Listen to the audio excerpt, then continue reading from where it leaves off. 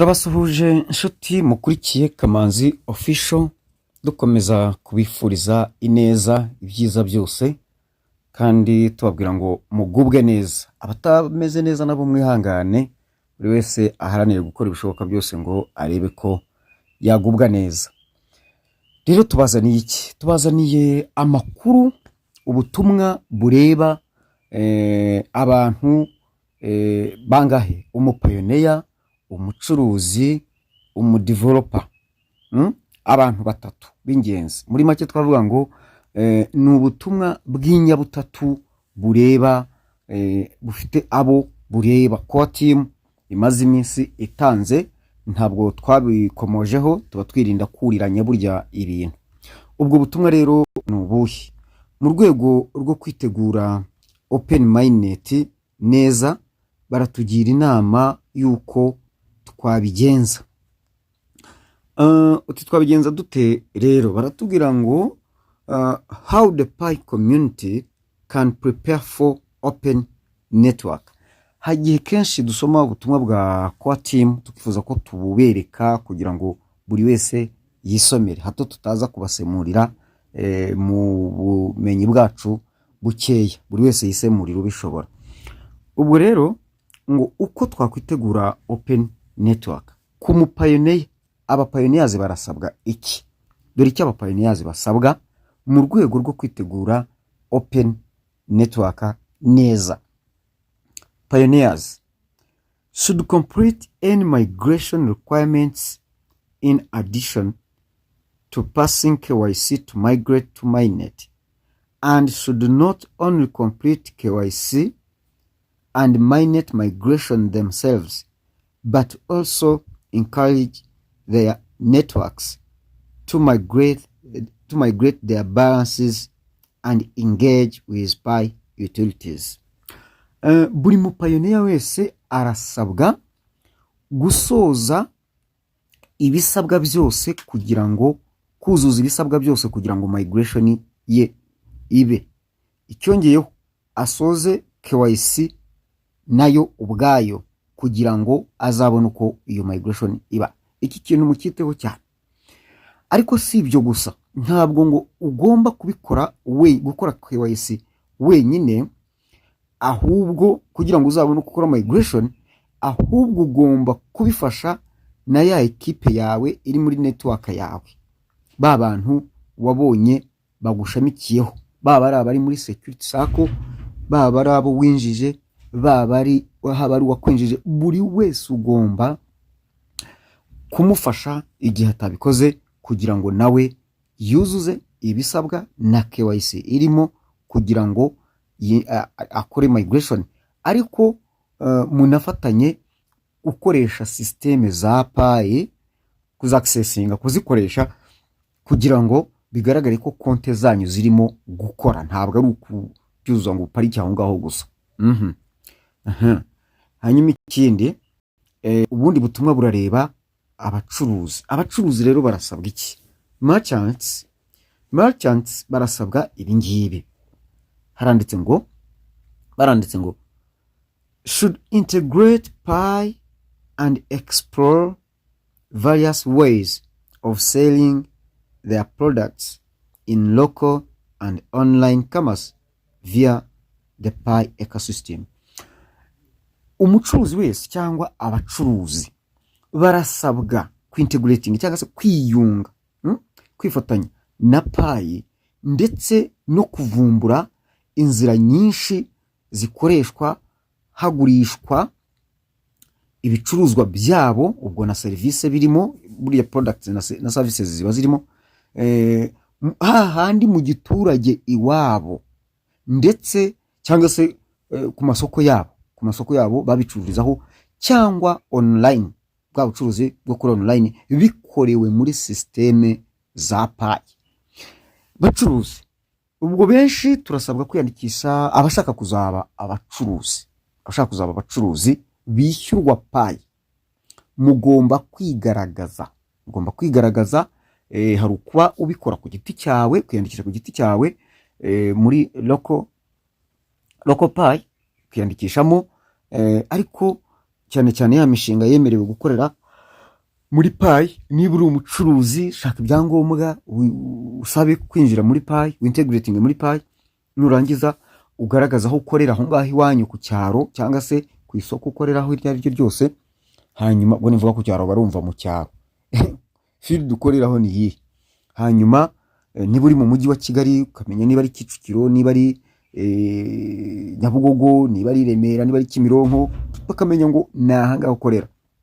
Hanyuma nuzajya wimuka uzajya ugaragazaho uri n'ubundi. Hanyuma nicyo location imaze. Hanyuma ibyo byose mushake mumenye, mushaka ko muvumbura inzira nyinshi zikoreshwa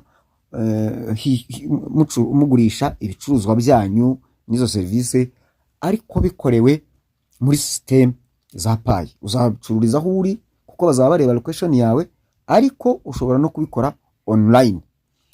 Ahangaha mbonereho kumenyesha abantu abapioneers yuko twabateguriye uburyo bwo kuzajya dufasha abapioneers babishaka, babyifuza, kubafasha kwishyura, gutumiza ibintu bakoresheje Pi, kugira ngo bishyuye ikiguzi gitoya cyane. Nongereho ngo gitoya cyane. Ibiriko bizasaba yuko wiyandikisha tumenye ngo ninde dufasha. Ntago ari umuntu uhurudutse uwo ari we wese. Mbere na mbere turimo turakurikirana ibyangombwa kugira ngo nibisohoka tugire gute tutangire kubabwira. Ibyo nababwiraga ntihari ikintu twabateguriye kandi ni byiza cyane ngira ngo murabyumva. Tuzabanza kumenya ni bandi burya ntago wakorana n'abantu mutaziranye. Kandi reka mbabwira akantu ahangaha ntari nahava, muriteguwe bimwe biteye ubwoba, biteguye kubiba ivumbi rigatumuka. Ibi ngibi narabibabwiye nako byaratangiye, kuko ntabwo ushobora kunyemeza ukuntu umuntu bamucira uhinga nyuma bamutwara Pi. Kindi guhazaba harimo no kuvuga ngo tuzakomeza gufasha bya bibazo byose byo kuvuga ngo baranyibye. Ese turakurikirana gute? Ni ukuvuga ngo niba tunakurikiranye twandika ni mu izina ryawe, bigaragara ko umupioneer agomba kubyikorera. Igihe utabishoboye tuzajya tugufasha kubigukorera, ariko binyuze mu gikoresho cyawe ukoresha muri computer umayiningiramo cyangwa se irimo Pi yawe cyangwa telefone, arimwo binyuze kugira ngo bigaragare yuko ari wowe urimo kubikurikirana. Kuko ntabwo ari byiza gufata umuntu ngo umuhe ibintu byawe. Natwe niyo tubikora kinyangamugayo, reka mbyitegure, tubikora ku buryo nta n'isazi ishobora kuducika cyangwa se ngo inyerere. No, Pi zawe zirarinzwe. Niyo mpamvu ntabwo tugomba gukorana n'umuntu ubonetse uwo ari we wese, ejo bitazajya gute, bitazava. Kandi burya iyo bakwibye, iyo Pi zagiye atari wowe uzitanze cyangwa se zitagiye mu nzira zemewe n'amategeko, haba hari ikimenyetso kibigaragaza. Abatari babizi murebe ya Pi yanyu mubone yagiye ifite ibara ritukura, ubwo umenye ko kabaye bagukozemo mu kwabo. Ubwo rero iyo ubishatse uraza tukagufasha kuripotinga tugakurikirana icyo kibazo. Ndaza kugarukaho ibindi, reka nikomereze kuri iki cy'abacuruzi. Tuzaba rero dukorana n'abantu biyandikishije, babitugaragariza ko babikeneye. Ntago ari kugira mbere na mbere n'abantu. Tuzajya dukorana n'abantu mu byumve ngo n'abantu biyandikishije nibo bazajya bacibwa udufaranga duke cyane. Nongereho ngo duke cyane. Cy'abacuruzi. Ubwo rero no kwandikisha abacuruzi muri Pi nabyo, ibyo byose ni serivisi tuzajya tubafasha. Icyo reka mbe nkigarukirije aho ngaho. Ubundi butumwa dusorezaho Pi Core Team yageneye ibyiciro bitandukanye, harimo icyiciro cya gatatu ni aba developers. Who are the developers? Aba developers ni ba bantu, ni ya team cyangwa se ya kipe ryatsinda rikorera muri Pi Network, rishinzwe gutunganya imishinga y'ikoranabuhanga yemererwa, ariyo ivamo yemererwa gukorera muri Pi. Nawe niba ufite umushinga wubahe rwose, ubundi mwumvikane, urebe ngo ivumbi riratumuka. Umva uko babwirwa. developers should put finishing touches on their apps and apply to migrate their apps onto MyNet when ready. Aba rero barasabwa gusoza ya mishinga bamaze gukozaho intoki zabo za application, ndetse bakanasaba ko zaba migrated muri apps zabo aho ngaho muri MyNet niba ziteguye kuba zajya ku isoko. Mwumva rero ko agaho kahari umunyotsi, ibintu byaje mwabonye ko hasigaye iminsi ngahera, hasigaye iminsi ngahe buriya, hasigaye iminsi 10 ningahe iminsi isigaye ibarirwa ku ntoki, ibyumweru bibiri birenga mutunsi iminsi mikeya, ibi byumweru bibiri ni bisigaye kugira ngo deadline baduhaye irangire. Ubundi buriya tujye dutegereza yuko hari igihe bongera, ariko ubu biragoye, dore hasigaye iminsi 17. Iyi minsi 17 isigaye naraberetse, dore n'iriya minsi yatinja ukanda aho ngaho, iyo umaze kubayininga urabona ko hahinduka ibara ry'icyatsi. Hejuru yaho rero muri twa dutwe tubiri ukandamo ukareba iminsi isigaye. Iminsi isigaye iyo umaze gukandamo harafunguka iriya minsi iri mu ibara ritukura. Abarundi bambabarire iyo mvuze ngo ibara ry'umutuku ngo ntibasobanukirwe ibyo ari byo, ni mu ibara ritukura. Hari igihe mvuga imibare bo bavuga ibiharuro kuri twebwe imibare mu Kirundi ni ibiharuro. Hanyuma inyuguti, iyo mvuze inyuguti abarundi bavuga indome. Ubwo rero nanjye ntabwo namenyaga ibyo ari byo, ibiharuro byo narabimenye ariko indome sinajyaga menya ibyo ari byo.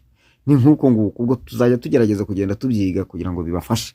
Ubwo rero ntimuzongere kumva, nimwumva mvuze imibare mujye mwumva ko mvuze ibiharuro, nimwumva mvuze inyuguti mwumve ko mvuze indome, nimwumva mvuze umutuku mwumve ko mvuze ibara ritukura. Hanyuma iyo minsi itukura mu ibara ritukura ndongeye munsi yaho inyuguti ziri mu ibara ry'umweru, mu kazu ka move ukandaho bakuga send reminder messages, twari twabigarutseho ejo, ukabonamo bari abantu ukagenda ubakoraho ukandaho kugira ngo ubahe ubutumwa notification. Ugenda ubaha notification ukongera n'uyu nguyu ugakandaho akabona notification yuko washaka ukamwoherereza ubutumwa kuri WhatsApp niba WhatsApp ye uyifite. Reka mfate nk'urugero nk'uyu nguyu, WhatsApp ye ndayifite, ndebe uwo mfite WhatsApp ye nk'uyu nguyu, urabona ndagira ntya njye kuri WhatsApp, nimara kujya kuri WhatsApp mwoherereze ubutumwa, niba Pi browser ayifitemo, niba atayifitemo ay downloading, niba ayifitemo kandi abyuzuze. Reka turebe umwoherereje ubutumwa kuri WhatsApp ko byaba bimeze. Iyo bimaze gufunguka ugahita umushakamo, ukamushaka ukamwoherereza ubutumwa, ukamubwira uti nguyu amubonye ubutumwa nabumwoherereje kuri WhatsApp. Urabona ko kuri WhatsApp baramubwira network. Okay, message yagiye, baramubwira ngo ubutumwa bamubwira ngo start your KYC now to verify your identity and migrate to MyNet, to Pi MyNet. It's easy and simple. This can enable you to receive the Pi cryptocurrency, then start exploring the Pi ecosystem and help the network get closer to its open network period. Click here to get started. Ugakandamo niba utayifite Pi browser ukayidownloadinga, niba uyifite ukakomerezaho, ubwo icyo gihe ikakwinjizaho ureba KYC yawe. Reka ubutumwa twari twagenewe na Core Team tubugarukirize ahangaha, ahubwo tugaruke nyirizina kuri bimwe biba bivugwa. Ibivugwa rero ni ibihe? Turagira ngo twapudetinga abantu yuko mu by'ukuri abantu barimo gukora kuzuza ibisabwa kugira ngo open mindnet babe bayiteguye.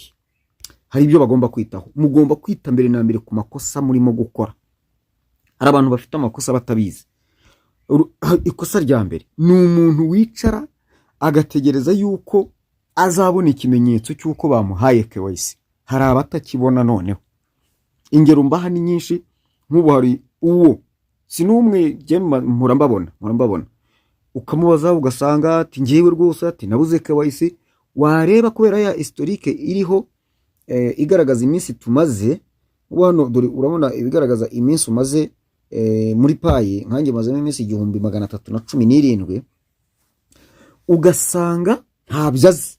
Ariko iyo urebye hano tumayiningira hari hejuru iburyo handitse chat, narababwiye urabona iruhande rwaho hari akaziga kamenyo karimo agatangaro umwaka wa 2024 ukandaho. Yukanzeho bakuzanira historique y'ibyo wakoze umwaka wa 2024. Hasi rero bakakwereka iminsi umazemo nyirizina. Iminsi umazemo ni ukugeza ubu ngubu, ariko hejuru ni historique y'ibyo wakoze muri 2024. Hanyuma rero iyo umaze kureba iyi minsi yawe ukabona urengeje iminsi, ugejeje iminsi 30 cyangwa urayirengeje inshuro 30 wamayininze, inshuro 30 wamayininze, ukaba ubona iyo minsi yose umazemo, ukabona warengeje inshuro 30 umayininga, uhita ugenda ukajya muri Pi browser. Sibyo? Uragenda ukajya muri tura dukoni dutatu dutambitse ibumoso hejuru, ukajya muri Pi browser. Iyo umaze kuyifungura hano muri alternative sign in, igafunguka, ukabona za application zose zanditsemo, ukareba iriya application yo hasi ibumoso yanditseho KYC, ukayikandamo, ifunguka. Yafunguka, dore ngiye ifungutse, ureba niba harimo ibiganza bibiri biramukanya. Iyo usanzemo ibiganza bibiri biramukanya, iyo bidafungutse urongera ugakandamo nyine. Iyo usanzemo ibiganza bibiri biramukanya, amaboko abiri ahana ibiganza aramukanya, umenya yuko yambaye amakote, umenya yuko baguhaye KYC. Iyo baguhaye bya binyuguti by'umukara bakubwira not yet available, nta KYC uba wakabonye. Nuko nguko dusuzuma KYC umunsi ku munsi. Hanyuma ibyo biganza bibiri handitseho ngo nice to meet you. Ngayo nguko. Ubwo rero buri muntu wese abanze asuzume KYC niba yayibonye ibyo akora byose, hanyuma akomeze n'ibindi, hanyuma wuzuze ibindi byose bisabwa. Abatabishobora rero baraduhamagara tukabafasha. Niba uri mu Rwanda ubu ngubu twemerewe kugufasha, uje ukatugeraho, twemerewe kugufasha uduhamagaye tukaza kukureba aho uri, twemerewe kugufasha dukoresheje telefone. Sibyo ko benshi babikoreramo amakosa, ukamuyobora akakugira mu byo utamubwiye neza mukananiranwa. Ariko ubwo namwe murumva bizajya biba biragoranye kuri telefone, kuko hari umuntu rwose uyobora kuri telefone ukavuga utahubwo yaba bose bakoreshaga telefone. Ntago abantu bose bateye kimwe, ariko turabyihanganira, inzira zose turagerageza kuzikoresha nta kibazo. Hanyuma nanone tuvuge ku ba diaspora. Aba diaspora, ubwo tuvuze aba diaspora ni abanyarwanda baba hanze. Yego, dukoresha nimero ya telefone tukavugana, twabanje kwandikirana, then tugahana gahunda, tukagufasha. Cyane cyane mwebwe muranasobanutse, nta kibazo rwose, nta makenga tubafiteho. Hanyuma n'abatari abanyarwanda ariko aho bari mu mahanga, abari mu bihugu bitandukanye, Uganda, Congo, Burundi, Kenya, Tanzania, ubwo ni East Africa muri rusange, ni Burayi, hari abari Belgique, hari abari Denmark, hari abari USA, hari abari Finland, abo bose, hari abari muri Korea. rwose umuntu agira gutya agakurikira ikiganiro akaregisteringa akakubaza ukamuyobora ibintu mukabisoza.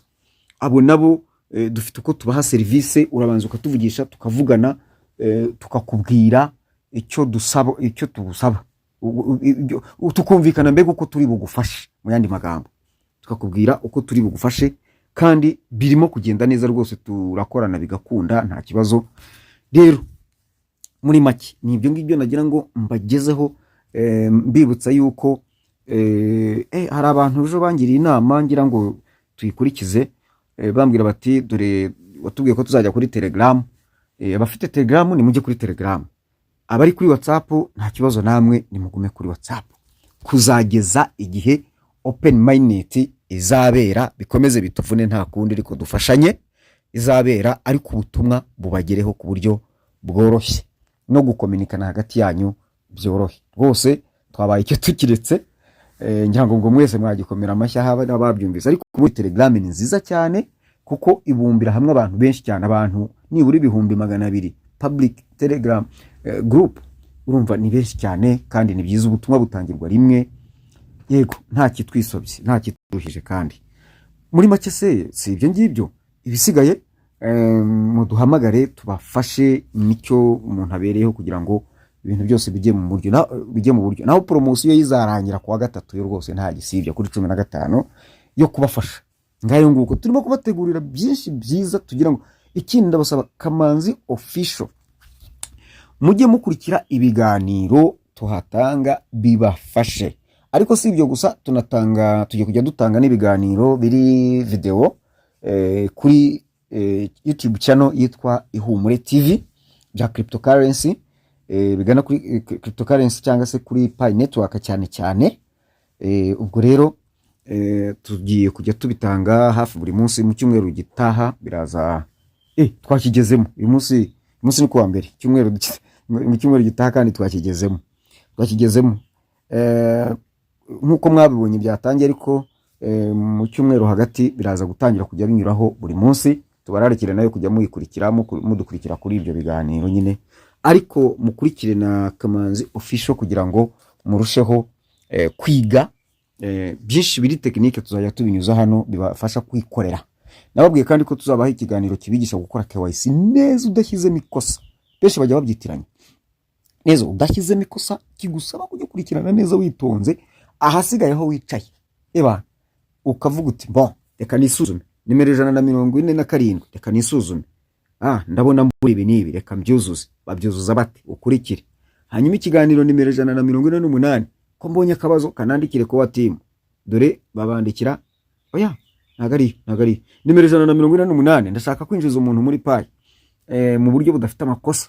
Nimero 148, nimero 153 ngiye kwandikira ko watimu, nabonye hano hari ikosa, cyangwa se reka mfashe mugenzi wanjye twandikire ko watimu. Ubwo ibyo byose nibiba bikwereka uko bikorwa, yego. Hanyuma rero ndimo ndabategurira nimero ntaramenye iyo ariyo, izabibereka ko bakora KYC nta kosa rikozwe.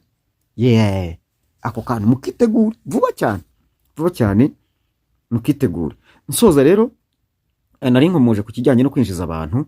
Hari umuntu uvuga ati hari abantu bashaka gukora amakosa, ibi bintu byo kuvuga ngo ndangira Pi nzigure kugira ngo nzagire Pi nyinshi, aho kugira ngo uzakore ibintu bishobora kuzagutura mu mutego wo kugura. Nase uyobewe ko batubwiye uko bazakora igenzura bakareba bakurikije amategeko n'amabwiriza agenga imyishyuranire kuri Pi. None se ubu wambwira yuko muri iki gihe cya closed mainnet niba dukurikiza igiciro cya GCV 314,159 by'amadolari ya Amerika Pi imwe, niba icyo giciro wagikurikije, Pi 10 wazishyura iki? Ebyiri se zo waba warazikoresheje iki? Ibyo bintu ntago ari byo. Yego 5 wazikoresha pe, ariko no kwishyira mu mutego, ni kubyitondera bitazabagiraho ingaruka. Ni inama tubagira, ahubwo dore inama ngiye nakugira.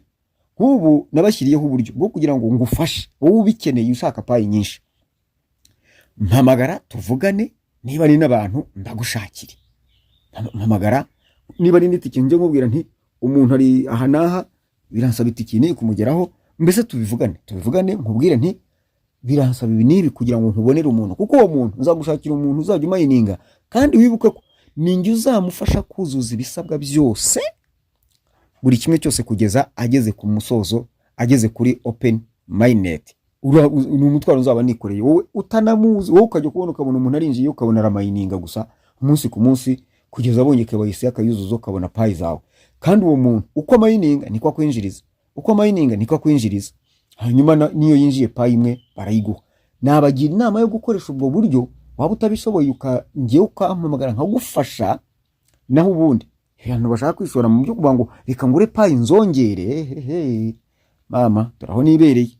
Inyamaswa idakenga yishwe n'umututizi kandi ngo agapfa kaburiwe n'impongo, hanyuma ngo urumve birenge ni wowe ubwirwa. Nyamara ngo wanze kumva ntiyanze no kubona, nuwanga kumva hari igihe wazabona. Ni akazi kanyu. Ubwo mba mbaburiye niciriyeho nigendeye.